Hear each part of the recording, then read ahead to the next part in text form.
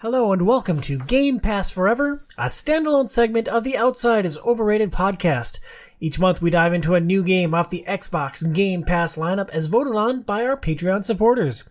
This segment exists because of the generous backers we have on Patreon. If you enjoy this content, and I hope that you do, please visit patreon.com/OiO and pledge $2 a month to support the show. That's patreon.com/OiO. Outside is Overrated is presented by Premier Health. Check out their website at www.premierhealthmn.com. That's Premier Health, MN as in Minnesota.com. I'm your host, eternally patient and exceptionally thoughtful Tom Slochik. And joining me tonight are the Hobby Box, Joe Burns. Heyo. And Dr. C, Casey Aline. Hey, what's going on, everybody? For July's Game Pass Forever game, we played Chicory, A Colorful Tale by Wishes Unlimited. Did I say Chicory right? Yeah. I've been reading a lot, but this podcast just has me all up in my own head about how I say words. Chicory is right, yeah. Yeah, released in June 2021. Chicory has a Metacritic of 87 on PC. Ironically, no rating on Xbox. Mm-hmm. For the core gameplay loop of Chicory, you walk around, you color the black and white world with your paintbrush, you talk to a myriad of NPCs, you solve a bunch of environmental puzzles, then you wonder why you didn't make more time for this indie gem.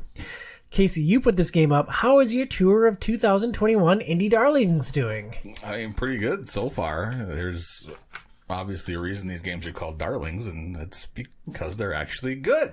It's so funny to me that you keep putting up all these indie gems, because the last couple of games I'd never heard of before. And granted, since I've had my second baby, my interest in video games has declined to some degree, but it's you just keep churning these things out, and every time Bryn's oh yeah, another indie gem, great. It's funny how he keeps picking those same types of games, and you hadn't heard of Chicory before? I had not. Really? Yeah, what did we play last month? I hadn't heard of Loop Hero either. Loop Hero, okay. Yeah, crazy. So I guess I live under a rock now, and that's fine. That's okay. The guy with the video game podcast doesn't need to know anything. Apparently not. In Chicory, the protagonist, wields a magic paintbrush. The wielder is charged with bringing color and beauty to the world. The main character is a lowly janitor who grabs the brush by happenstance after all the color is drained from the world. Burnsy, is it fair to say that this narrative was as detailed and nuanced as Final Fantasy XVI? See, and you did the whole transposing the I and the V. No, I didn't. Nobody can see that. Nobody knows that I'm an idiot and don't know how to write things down on paper. Sure which one. Don't worry. Everybody online has been transposing those two numbers. And so it's are you talking about the MMO or are you talking about the new Final Fantasy? So yeah. We'll say yes. Okay. Well, I tried to answer it so that it would match both of them. But, the narrative is delivered much differently than a Final Fantasy game is. Disagree. There's characters and they talk to each other. Yeah, but no, it's quite a bit different. But I still really think that Chicory is a very interesting game. That without getting overly complicated in the text, it deals with some very serious conflicts and tackles mental illness head on as a topic through multiple different characters in multiple different kind of mental illnesses. And so I don't know, I think with the little bit that they do, they go a long way in trying to engender a lot of these things, which I think is pretty awesome. Let's go back to mental illness when we're talking about the narrative in the story, because I don't know if I'm just a big dumb idiot. I don't know if I was in a poor headspace when I was playing this game, but I didn't pick up on any of that. For me, Chicory was... It's kind of the entire basis of the game. Yeah, there's a crisis of confidence. I can relate to that. In Chicory, you play as an unlikely hero, trying hard not to let everyone down. Been there, done that.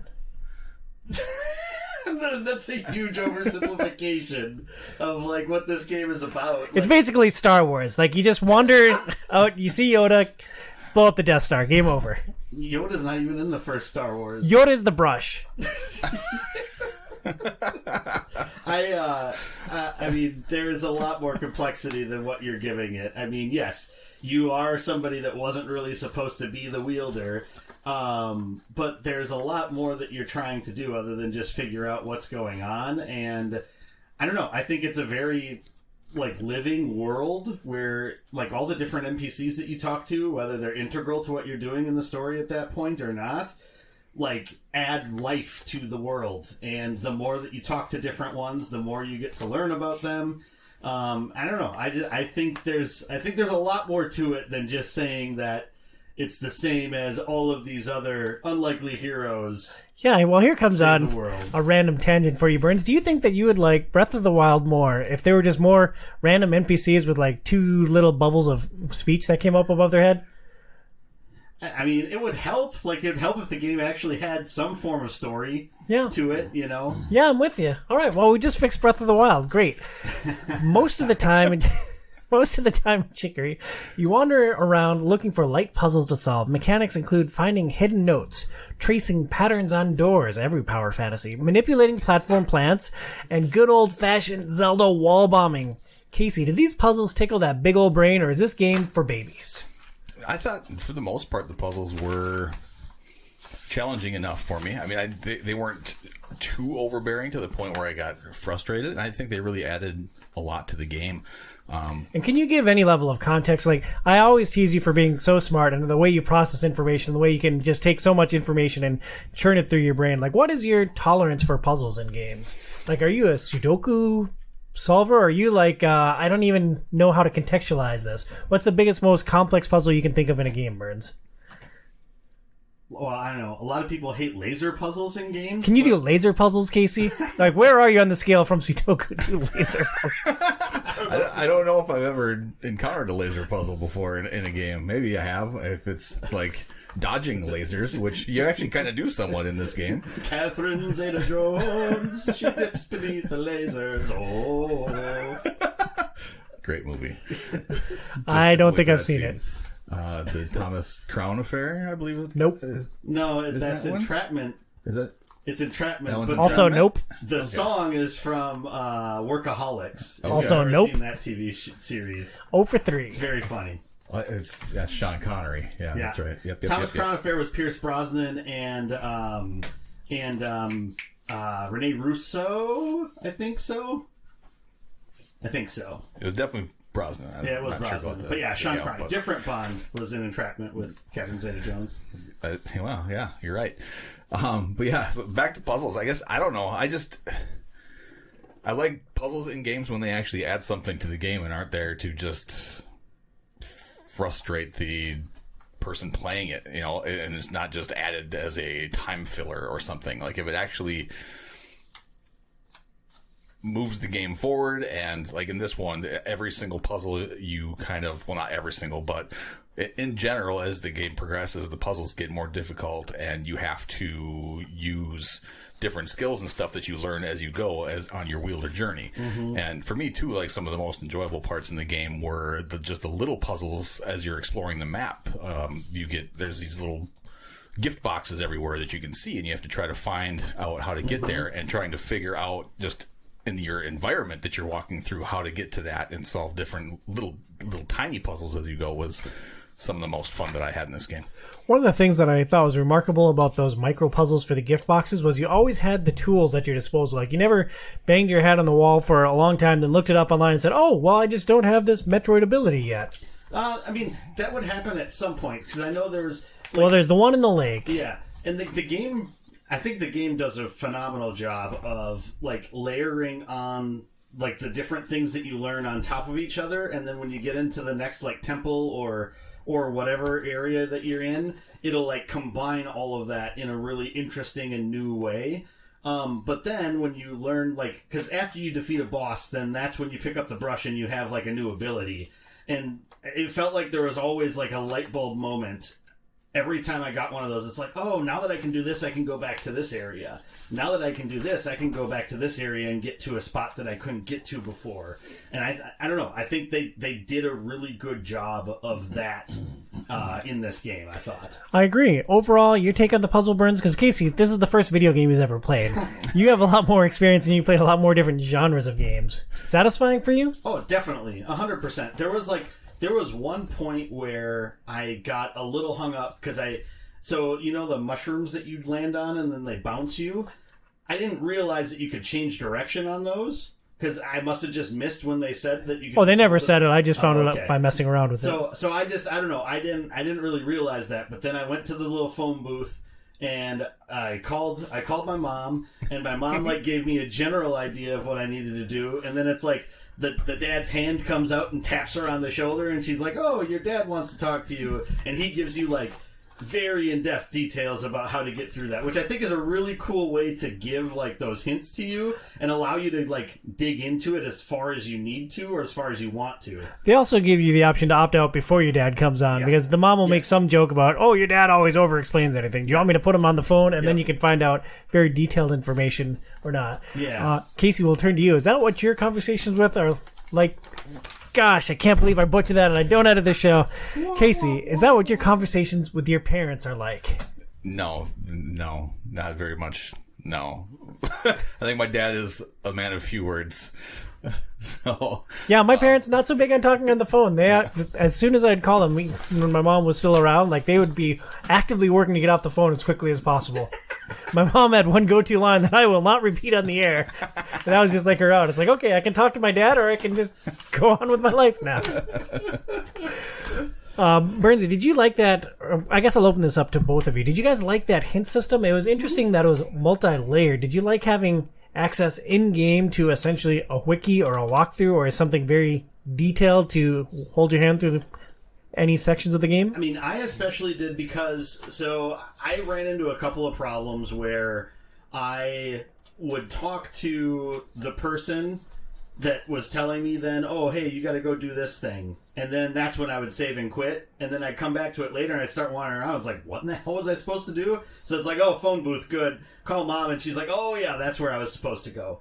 And so I think it was helpful for that. And then, having the opportunity to turn your dad down to not get extra information if you don't need it, I think it was a good way to sort of delve into it, because then you don't have to look up a wiki. You don't get spoiled on something that's maybe coming up or whatever as you're looking through it. And I mean, I wish games did more stuff like that in them, as opposed to, just saying the Souls routine of like, all these losers that play this game for thousands of hours have created wikis. Just use those. We're not going to tell you crap in the game. Yeah, what if FF16 had like a Ouija board where you could talk with your father? Like, would that have been an addition or a detriment to that game for you? Not to spoil our upcoming podcast in like 2 months. That would have been a little weird implementation of it. But I think it would maybe be nice to have something like that. Yeah, no fixes it. Yep, checks out. Tom fixes all games in this podcast. I really like the friendliness of this game too. Like the hint system, and then like even when you're fighting bosses and stuff. So I had an issue in the beginning where I was really frustrated with how sensitive the control was. So I turned the control sensitivity down. How on earth were you holding your controller? Were you like manipulating the joystick with like your nose? A lot of this game, and like you can get into coloring as much or as little as you want, and that's a really, really awesome aspect of this game, where the world is completely blank. The world is your canvas. So, but it's very difficult when you have super high sensitivity on to get some finer details if you want them. So, like in the beginning, I'm trying to like You play games wrong, dude. This is a colorful tale. You're supposed to color the world, and I wanted to be this master, like, so I'm trying to like add little dots on the flowers and make each one different colors and stuff. And yes, I spent way too much GD time in the beginning doing it, but I really wish I had more time to do that, because it's a really cool aspect of this game. But when you get to a boss fight and your sensitivity is super duper low and you're trying to dodge lasers and you're trying to hit these like specific marks and you can't even like follow the boss with the cursor and you get hit a whole bunch of times, the game actually tells you, you can turn the amount of times you can get hit up, like the amount of times you can get hit. And I just kept hitting no and no and no and just kept getting more and more frustrated. And then I'm like, oh yeah, my sensitivity is way down. So I just turned it back up to the original, and then I killed it instantly. It wasn't that hard, but you didn't remember that you could turn the sensitivity back up? No, it took me a while. But I really like that about the game, where like, if a kid was playing this, like if my, Gavin is actually my youngest kid, birthday yesterday, and he's way better than games at me now, which says something, but he, like, if he was struggling in this game, there's ways for him not to struggle. There's hints that you can get along your path. There's things that you can do. You can turn the amount of times you can get hit during these sometimes difficult boss battles up to make it easier for you. like, I think it's really cool that they give you that map overlay. You can see everything. You can, like, actually write, like, you know, if you want to go back to a spot, you could write on the map so you can see what it is. You can put, like, big box here, you know, so, like, if you couldn't figure it out, you can go back to that in the future. You can figure it out. You know, like, it's so user-friendly and super fun. Yeah, I just plowed ahead and tried to advance the story. Yeah, that doesn't surprise me at all. You guys both mentioned the boss fights. I didn't give you a chance to think about this ahead of time, but the boss fights, there's a boss. This game is broken into chapters, and at the end of each chapter, you fight a boss who is relatively similar but layered on to from the previous boss. Were you guys at all disappointed that the boss fights were so similar, or did you appreciate the way they layered on new elements? Because by the end of the fourth boss, like, I was like, I am done with this game. I never got to the fourth boss, so I guess I didn't get frustrated yet. I haven't hit that. So I guess we'll see. But so far, no. I think it's actually kind of a neat contrast. Like, and I was with you early on. Like, the first boss fight, I'm like, wow, that was awesome. And I think the second chapter is the Wielder Temple, and like, I thought that whole experience was great. But by the end of the fourth boss, where the screen is like flipping and your inversion is flipping too, like, I literally couldn't control my cursor to chase the boss, and it was more frustrating than fun for me. And unfortunately, that is the impression that I carry with in this game. Really? So I feel like there was a point in this game where, like, our paths diverged. So you hated it with the burning fiery passion to start, and then you came around on it? Or? So there was one thing that really frustrated me at one point in this game. Was it Casey's face? No, it's actually a really stupid thing for me to have gotten, like, mad about. But, so you go to the Art Institute, and you can take classes, right? And the first class is, like, paint something that, whatever, makes you happy. I can't remember. Something that's joy. Brings you joy. Brings you joy. How could you forget the screenshots that I sent you that I also will not repeat on air? Yeah. Well, so I painted something. I went through and using the limited tools I had, I made this. And then if you do another one right away, it's like, recreate this picture, and it's like this elaborate picture, and it's just like, I'm sitting there, I'm like, how in the F am I supposed to do this? And so I turned in a blank canvas, because it was just like, how am I even supposed to start with this? There's no way. Like, I don't even have the right color to, like, outline anything. You didn't even, like, write a profanity on it? No, I didn't. Missed window, bro. I just exited out, and then they all commented on it, like, "Oh wow, this is really cool. Yeah. I could see your take. I take your take on this was really interesting." It's just like, yeah, whatever. You know? No, very abstract, right? Mine was a Picasso. It was magnificent. And so that frustrated me, because it's just like, just ramp it all the way up to 11. Like, I actually spent time on the one before that to make it look interesting. Yeah, me come too. Up with an idea. Yeah, you sure did. And then it's like you throw this at me. And it's like, how am I even supposed to do this? Like, I don't have any tools, and even at this point, none of the tools that I've received would have helped me with that picture yet. And I'm probably halfway through the game, maybe about there, I would think. And it's just like, I don't know, that just feels really stupid for it to be the second one. So it's like, I'm not going back there, because it just feels like, what are they going to do? Just rub it in my face that I can't do what I want to do? I think this game would play a lot better on PC. Like, if I had a mouse control instead of trying to control a cursor with a joystick, it would have been so much easier. Especially if you're trying to get, like, really, like, finite details. Because a lot of the times when I was doing that too, like on a painting, I'd zoom into a spot to try to do something, and it's like the brush head's in the friggin' way. Yeah. And so it's like, I'm not even 100% sure where I'm, like, trying to pinpoint something on there. You guys were really into the painting in this game. Well, yeah, that's the point of the game. Like, so at least I thought at the beginning. So it's just like, I'm going to take time to do some of these things, you know? And well, it's very thoughtful of you. like, there was one area, like, when you get into area and it has, like, autumn colors, like, I painted all of the trunks, like, one color, and then alternated the other three colors through all of the trees because I thought it looked cool. Samesies. Yeah. Samesies. I just filled up every board, literally everyone, with the same color. And once I got, like, the fill filter that would fill up everything really fast, it's like, oh, good. Everything is green. Everything is purple in this one. Everything is pink now. So after that point, though, like, as I continued forward and got through, like, the next, like, few bosses and the next few areas, like, I thought all of them were really cool and neat and interesting puzzles to figure out. And I think the thing with some of the boss fights, especially as, like, you're getting to, like, the middle section of the game, like, it's not just, like, the mechanics that you're fighting the boss with, but it's, like, what it stands for, like, what you're doing in that fight is, like, just super interesting. And I don't know, really cool. And I just think that adds to the experience of going through it. And yeah, that fight when like everything's flipping around and like super irritating. Oh no, I thought that was so cool. Like sure, visually cool. Like, if I was watching you play, I was like, whoa, yeah, that's wicked. Trying to manipulate the brush, huge pain. But like, if you get hit 3 times and that's like a failure, and it just like reverts you back to like you got to hit the person X amount of times, and so it's not like there was it's not like you had to restart the boss fight if you failed. There was like no real negative to failing, and so like there was no need to get frustrated. It was just like, okay, you know, and it's weird because it's like a right and left brain thing that you're trying to do as you're maneuvering each stick to move yourself out of what's taking damage, but then like try to do damage to the boss and also maneuver the boss into like the area effect things that would do damage to it too. I don't know. I just thought that was really cool, and it made you think about the movement, and it was better than like. I think a lot of games like this, it's like, or like if you look at old like Zelda games, because I think they took a lot from Zelda games, it's like you just spam the attack button as much as you can to try to kill the thing and that's it, right?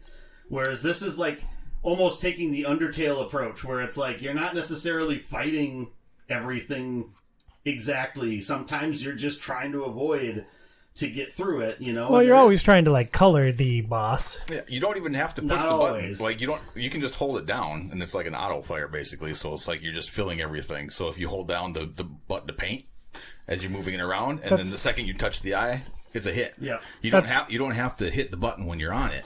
You just hold down the paint button the whole time. And when everything flipped, I would do that. I would hold it down and then like watch where it's going so I can then track it back towards the boss. That's so funny. Just about every screen that I walked through on this game, I auto-filled. Filled, except for the bosses. Never occurred to me to try to auto-fill against the bosses. And that left brain, right brain thing with that last boss that I encountered just drove me crazy. Even though there wasn't a huge penalty, like I just wanted to move on to the next thing, and it's like, oh, this is so frustrating. It's like, oh, restart this part of it again. Oh, restart this part of it again and again. Well, you know, we've always known Tom has a hard time beating himself, so. Do I want to take the bait on that one? So what was your character's name? Because it was you had to come up with your favorite food. So what was your character's name? Not appropriate for the air. There's pizza. It was pizza. Okay, I thought it was another P word. I think that's where Pizza. it was going. Favorite thing to eat. Mine was ribs. Ribs. Nice. Mine was taco. Nice. Oh.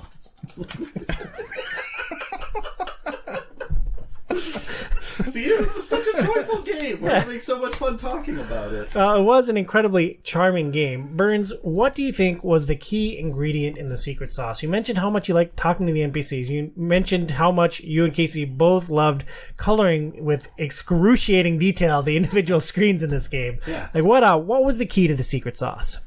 Yeah, I really think it was the like living, breathing world around you. Now it's like it's not living and breathing in that the NPCs are doing different things and they're always like on a route or anything like that, but it's like each NPC tends to have a story when you talk to them, and I think that's really neat. And the way you interact within each setting triggers different things. So like you walk into a donut shop and you design a logo for the donuts, then you go outside and there's a couple new people outside and they're like, oh, well, I got to get this new thing because the wielder just did it. Or like you make a shirt. Like one of the first things you do is you design a shirt, and then Casey, what was on your shirt? Not appropriate for the show. Mine was OiO because I was apparently the only one that decided not to just be lewd and crude and was going to actually like represent the podcast in the world of picnics. So. Yeah. I have a reputation to uphold. Every single game that you can create something, I write the same message. Yeah, and then I take a screenshot and send it to Tom. No Man's Sky was the best. It's going to be hard to top that. My favorite memory from No Man's Sky was when you were trying to build something in one of the fabricators and I tried to erase the planet around you as you were standing there. That was good. And then I fell into a giant pit. Yeah, good times. So and then like at different points, the characters will say different things or we'll delve into more. And usually it's like you say one or two or three things to them and then there won't be a cursor over them to talk to them. But sometimes like they'll talk about even more things. And, you know, and then it's like, so for instance, like you get to the main city and you start to see these flyers all over that are about come to my patio or my rooftop party. Yeah, I wandered into the party before I saw a single flyer. Oh, see, and then it's so cool because I'd already collected the furniture. Or no, I went and collected the furniture after that. I was like, oh, I can go back and I can do this. And I go back and I put this up, and it's like, holy crap, it's a party now.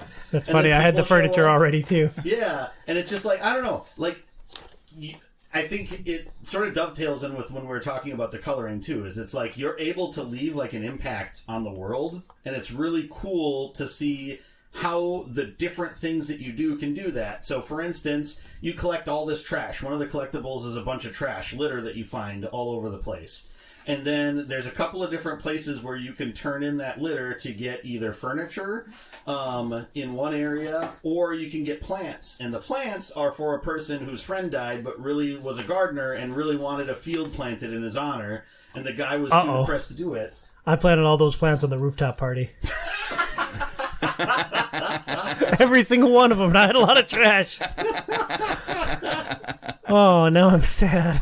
So yeah, that's all right. I'm never going back. Well, that's fine. But I don't know. It's just there's all these different like aspects to the game, and I don't know. I think it makes this a world that you want to go back to, and you start to get to know certain characters that pop up like over and over again, and it's like, oh, okay, yeah, it's this guy, you know, and it's interesting because they're all like struggling with like real life types of things that other people are struggling with. Do you think I'm just a broken shell of a human being that I didn't enjoy this game very much? I think you just hate indie games with a burning fiery passion, Tom. I thought Loop Hero was pretty good. It was pretty fun. I don't know. Did you listen to that podcast? No, not yet. I'm still a couple months behind on my I didn't OiO. either, but I listened to you talk about it on the podcast. Yeah, I loved it. Yeah, Game of the Year, right? Yeah. No, I've been loving all these games that Casey puts up. I thought that the key ingredient in the secret sauce was the art style. Like, you guys both had a lot of fun, like, coloring the world, and, you know, I appreciate that. I'm glad that you guys enjoyed that element of it. But, like, I'm not going to play a game to color the world. Like, if I wanted to color, I'd literally just go upstairs and color with my daughters. Like, they're of an age. We have 1 million coloring books. You should have had, like, your daughter that's playing Stray with you, should have had her come down and color for you. Yeah, no, I thought about that, but then I'm like, oh, that's really going to stop me in my progress. So let's keep trucking through this as much as possible. Well, and that's my like, I agree with both of you. I think both of what you said is what I enjoyed a lot in this game, is that the world itself was so creative and fun to interact with, but then the art and the coloring and everything you get to do, it was such a unique game style, and you can play it with your 2, 3, 4-year-old daughter. Like, it could be their first thing that they kind of get a hold of and are able to play and like grasp. That's awesome.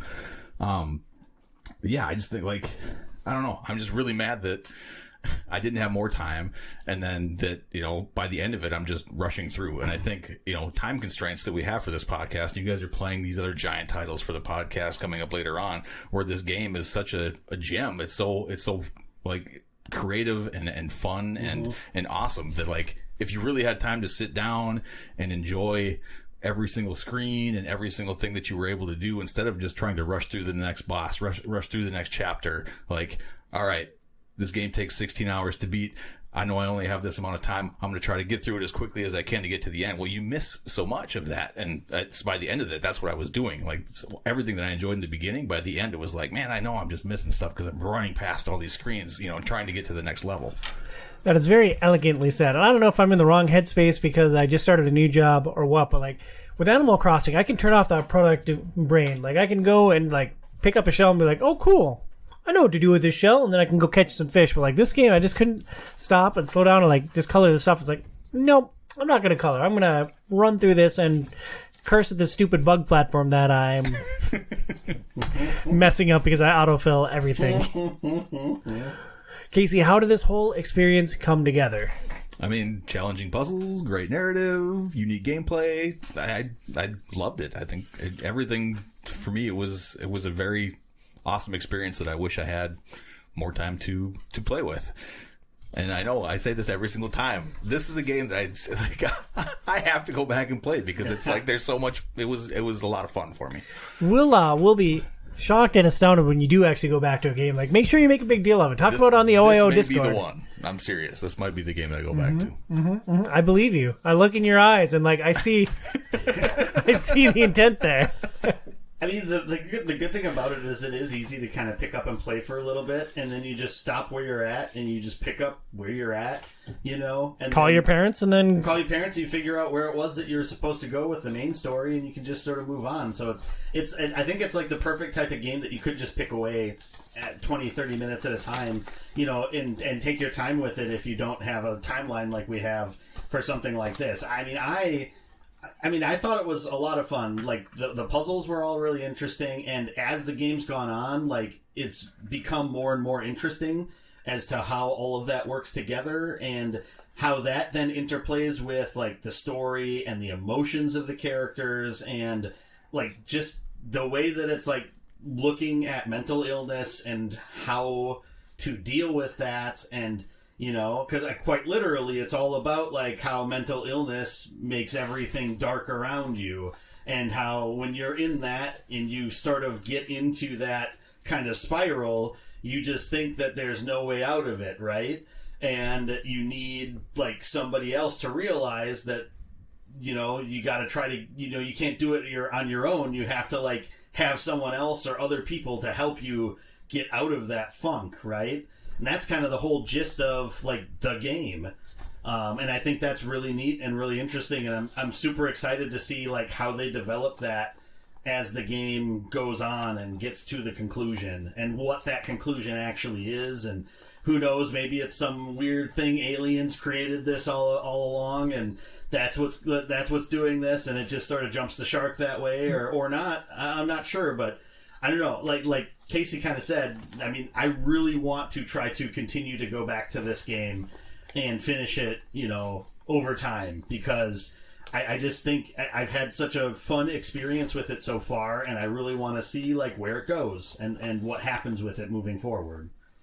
I'm glad you guys like this game so much. For me, it was more frustrating than fun, but, a lot of that falls on me. Like, I'm not going to slam the game because it is charming, creative, interesting. There are interesting puzzles. There's a lot of interesting characters. But for whatever reason, it isn't scratching the itch for me. And I don't think I'll ever go back to it. I am interested to know what happens between Chicory and, in my case, Pizza. Mm-hmm. But outside of that, kind of a pass for me. Overall, thoughts, impressions, and takeaways. Burns. So, like, a couple things I want to bring up. I did run into a few bugs here and there that were wonky. One of which made it so that, like, I was stuck and I couldn't, like, exit off of the spot that I was on. What kind of a spot were you stuck on? So, there was, like, one area where there's, like, this weird kind of path that you can walk through. It's the art gallery. And I went up to the 3rd level of the art gallery and somehow got caught on, like, the top level and couldn't get off of it. And it was before I had the jump ability. And so I was literally just stuck there. Now in the menu they have, like, if you go into the start menu, you basically can teleport back to luncheon is sort of like an option. It says if you get stuck, use that to go back. So they had that in there. But I did run into a couple of bugs like that. Sort of as I went through, like, some wonky movement stuff, I would jump and I'd end up, like, somewhere, completely different than where I probably should have been off of that jump. But I think otherwise, it was overall really fun to play. And I can definitely understand why so many people, like, adored this game the year that it came out, and why a lot of people would say that it was their favorite game of the year. Partially for some of them, probably to tap into that artistic sort of sense. And for some of them, probably because of the story and the puzzles and the gameplay. And for some, probably a confluence of everything. So, I don't know. I'm really excited to try to play more of this as time goes on. Because it's definitely been much more fun than frustrating for me. I'm glad. I just had a funny joke and I lost it. It involved Chicory and the lava, but I can't remember what you had to choose between. Yeah, I mean... Oh yeah, Tears of the Kingdom. You have to choose either Chicory or Tears of the Kingdom has to go in the lava. I would choose Tears of the Kingdom and go in the lava because I have Chicory to play and I don't own Tears of the Kingdom, so I'd get rid of that. You would be willing to never, ever, ever, ever, ever experience Tears of the Kingdom and all those sweet dev tools that they give you. Yep. To only play Chicory for another handful of hours. Yep. I'm fine with that. I'm fine with that. I'm perfectly fine with that. Well, what if you also had to play Destiny 2 to ever play Chicory again? See, now you just keep layering these levels on here. I'd probably not play either of them then. Yeah, I just stop having fun with any sort of game. How's that sound, Tom? That sounds great.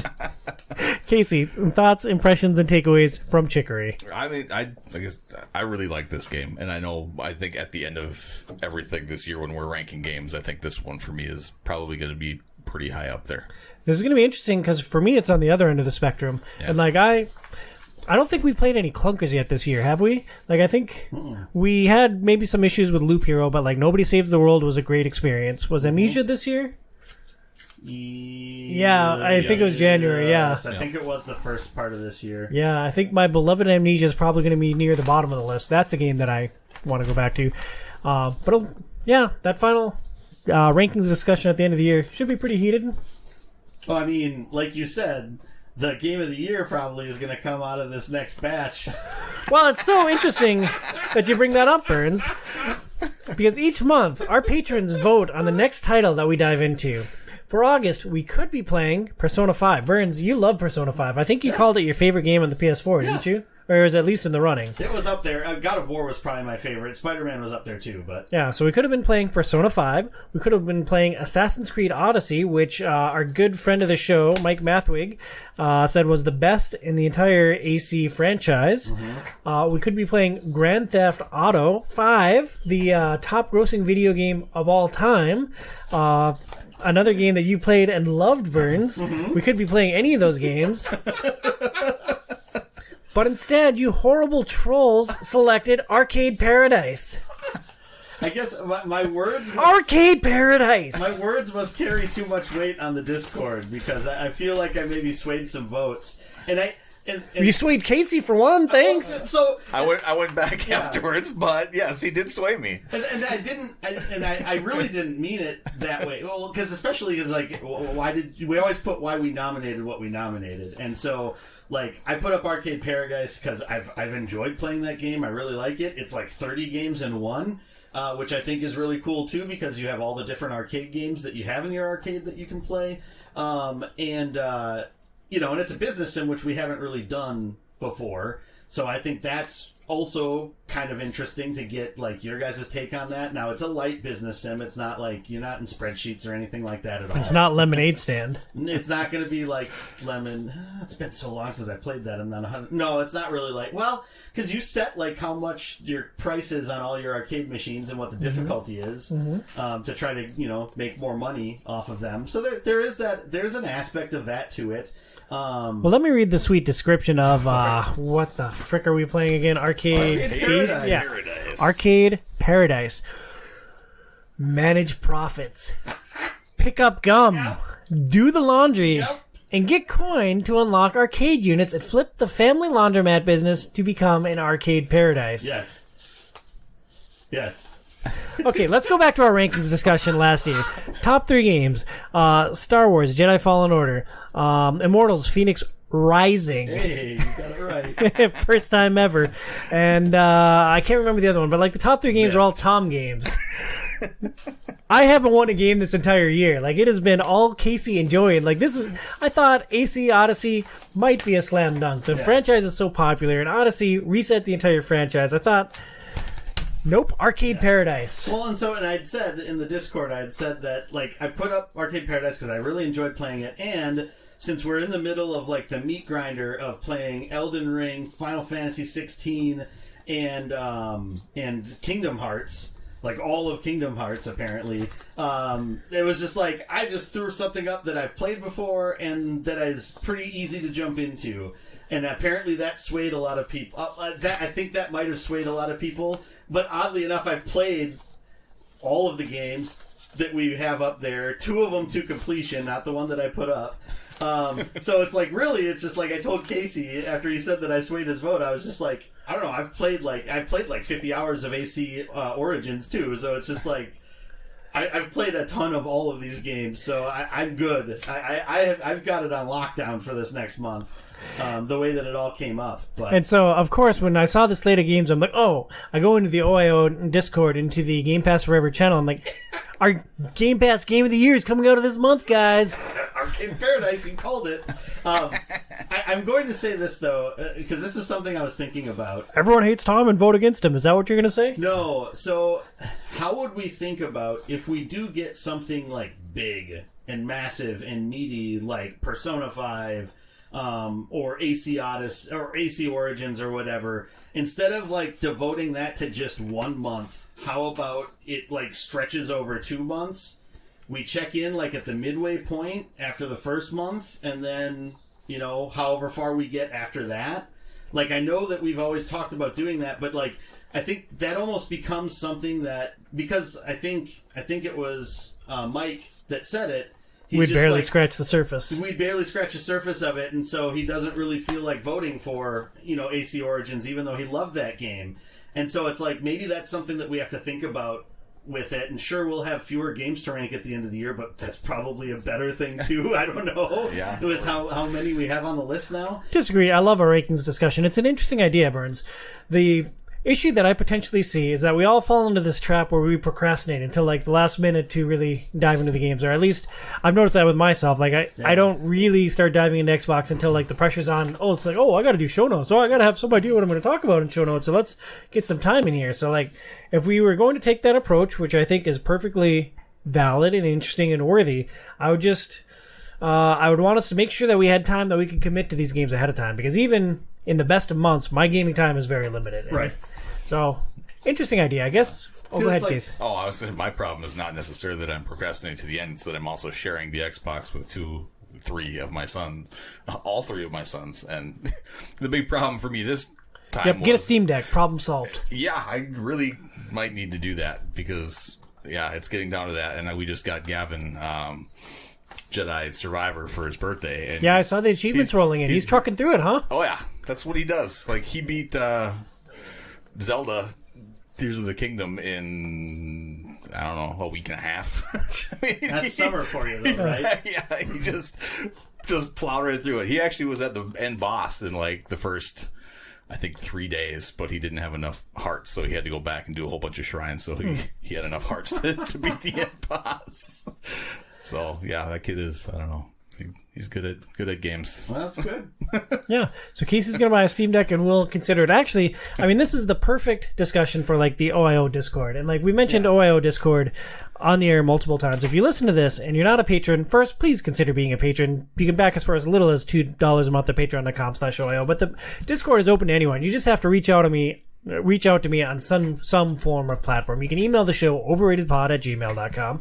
You can find me on any social platform at TomSLogicOIO, and shoot me a note, and I'll get you the link to join. And this is something we should talk about with the community, because that would be not a seismic shift, but it'd be a change in the way that we do things. It's just, it makes it more reasonable to actually put some of these games up and think like we could get through them. Like, that's the thing with Persona 5. Like, I love that game. I'd like to play Persona 5 Royal, but I don't see any of us getting very deep into it in a month. Like, you know, the tutorial, you know, famously in Persona games is like 10 hours long. So we'd be able to talk about the tutorial, and that's it. Like, maybe in a month, maybe a little bit past that.